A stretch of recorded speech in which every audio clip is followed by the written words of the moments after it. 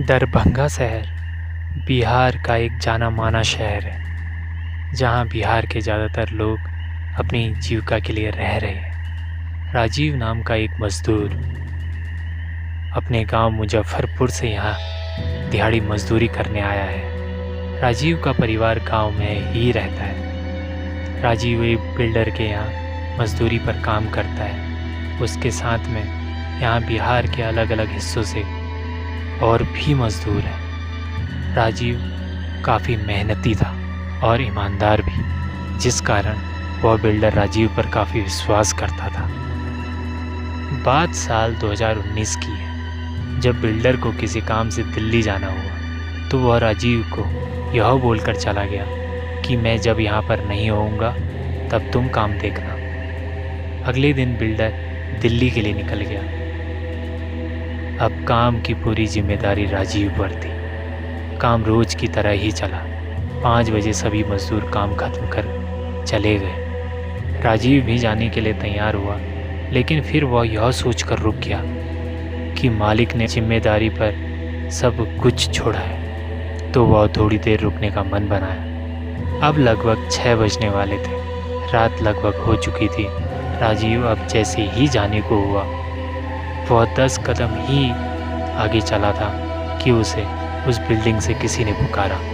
राजीव ने पीछे पलट कर देखा, वहाँ कोई नहीं था।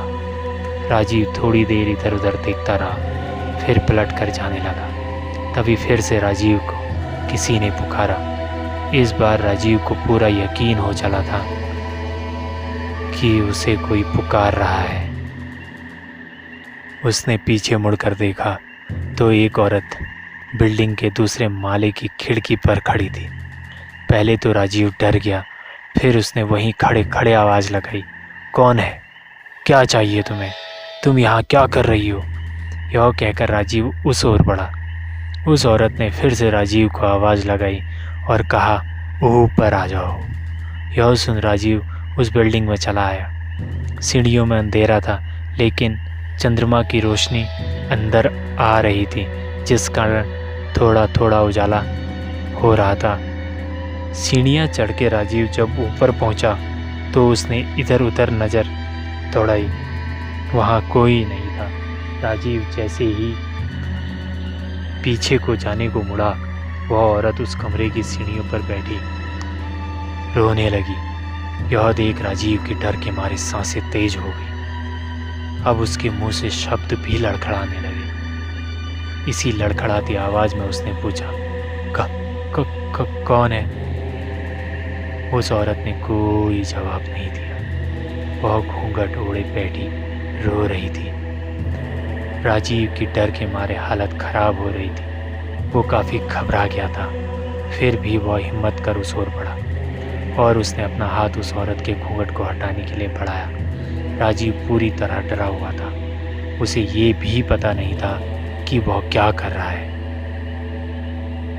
उसने जैसे ही घूंघट को हटाया, एक चीख के साथ ही वह जमीन पर पीछे की ओर गिर गया। राजीव के सामने एक ऐसी औरत बैठी थी जिसका चेहरा पूरी तरह जला था। राजीव की सांसें तेज हो गई। इतने में वो औरत हंसने लगी और फिर अचानक रोने लगी। राजीव का हाल उस समय एक सूखे पत्ते की तरह हो चुका था, जिसे एक हल्की हवा का झोंका भी नुकसान पहुंचा दे। राजीव हिम्मत जुटाकर उठा और उसने पूछा, कौन हो तुम?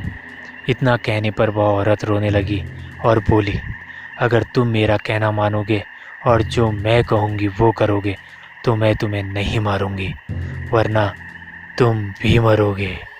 राजीव पूरी तरह उस औरत के वश में हो गया और राजीव ने उसे वचन दिया, मैं तुम्हारी हर बात मानूंगा। इतना कहकर उस औरत ने राजीव से कहा, आज से ठीक 6 दिन बाद अमावस्या है। उस दिन तुम अपने मालिक को यहाँ लेकर आना। यह कहकर वह औरत गायब हो गई। राजीव अचानक जैसे सोकर जागा हो, वह वहाँ से उठा और घर चला गया। उस दिन से राजीव का काम में मन नहीं लग रहा था। जैसे जैसे दिन बीतते रहे, 5वें दिन राजीव का मालिक दिल्ली से आ गया। आज 6ठा दिन है।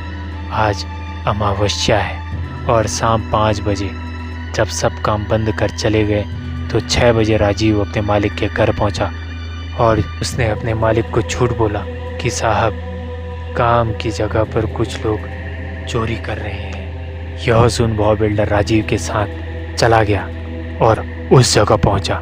जब वो दोनों दूसरे माले पर पहुंचे तो देखा वहाँ सब ठीक था। उसने राजीव से कहा, यहाँ तो सब ठीक है, फिर तुमने मुझसे झूठ क्यों बोला? यह सुन राजीव ने उससे कहा, ऐसा करने के लिए मुझे इसने कहा था, और राजीव ने बिल्डर के पीछे की ओर इशारा कर दिया। वह बिल्डर जैसे ही पीछे मुड़ा, वह सन्न रह गया और बड़बड़ाने लगा, तुम तो मर चुकी हो। फिर यहाँ नहीं, तुम मर चुकी हो। यह कहकर वह जैसे ही भागने वाला था, वहीं पास पड़ी एक ईंट से ठोकर खाकर गिर पड़ा। राजीव भी वहाँ से भाग खड़ा हुआ। थोड़ी देर बाद राजीव उस बिल्डिंग से थोड़ी दूर पर ही पहुँचा था तो उसने पीछे मुड़कर देखा। उस बिल्डिंग में आग में लिपटा एक आदमी ऊपर से नीचे गिरा। वह कोई और नहीं, वही बिल्डर था। सुबह इस खबर से इलाके में सनसनी फैल गई। कोई इसे आत्महत्या तो कोई इसे मर्डर कह रहा था, लेकिन पूरी हकीकत जो जानता था वो राजीव था। राजीव ने उसी दिन वहाँ काम छोड़ दिया और अपने घर चला गया। आज भी रात में कई बार राजीव को उस औरत का रोना सुनाई देता है। राजीव अभी भी इस हादसे से नहीं उभर पाया है।